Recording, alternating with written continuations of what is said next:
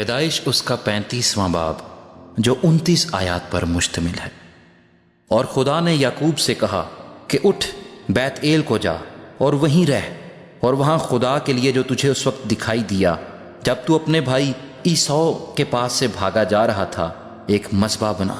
تب یعقوب نے اپنے گھرانے اور اپنے سب ساتھیوں سے کہا کہ بیگانہ دیوتاؤں کو جو تمہارے درمیان ہیں دور کرو، اور طہارت کر کے اپنے کپڑے بدل ڈالو، اور آؤ ہم روانہ ہوں اور بیت ایل کو جائیں۔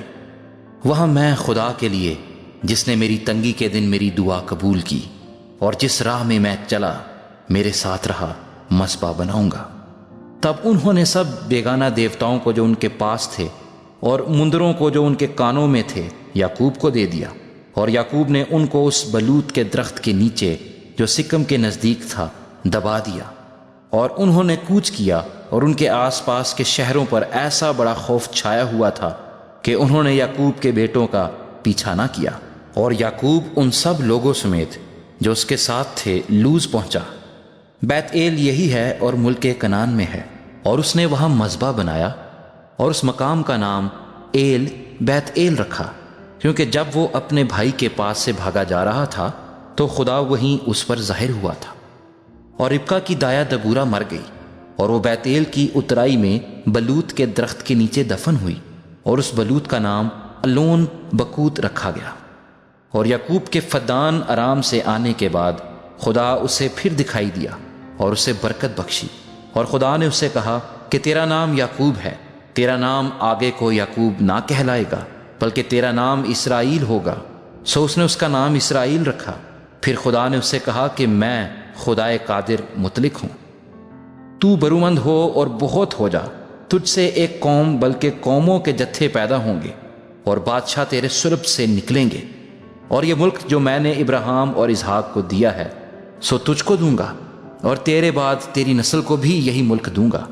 اور خدا جس جگہ اس سے ہم کلام ہوا وہیں سے اس کے پاس سے اوپر چلا گیا۔ تب یعقوب نے اس جگہ جہاں وہ اس سے ہم کلام ہوا پتھر کا ایک ستون کھڑا کیا اور اس پر تپاون کیا اور تیل ڈالا۔ اور یعقوب نے اس مقام کا نام جہاں خدا اس سے ہم کلام ہوا بیت ایل رکھا۔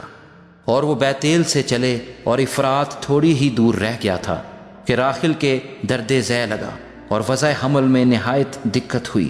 اور جب وہ سخت درد میں مبتلا تھی تو دائی نے اس سے کہا، ڈر مت، اب کے بھی تیرا بیٹا ہی ہوگا۔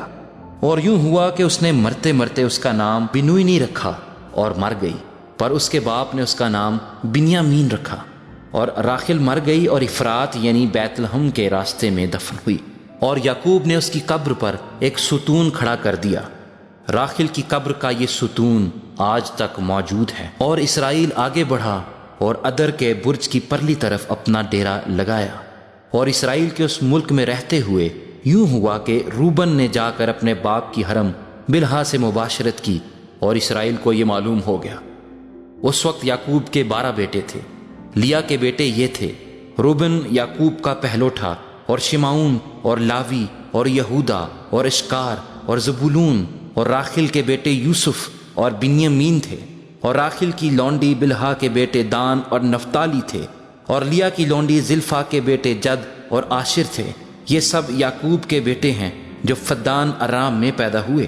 اور یعقوب ممرے میں جو کریت اربا یعنی حبرون ہے جہاں ابراہیم اور اسحاق نے ڈیرا کیا تھا، اپنے باپ اسحاق کے پاس آیا۔ اور اسحاق 180 برس کا ہوا، تب اسحاق نے دم چھوڑ دیا اور وفات پائی، اور بوڑھا اور پوری عمر کا ہو کر اپنے لوگوں میں جا ملا، اور اس کے بیٹوں عیسو اور یعقوب نے اسے دفن کیا۔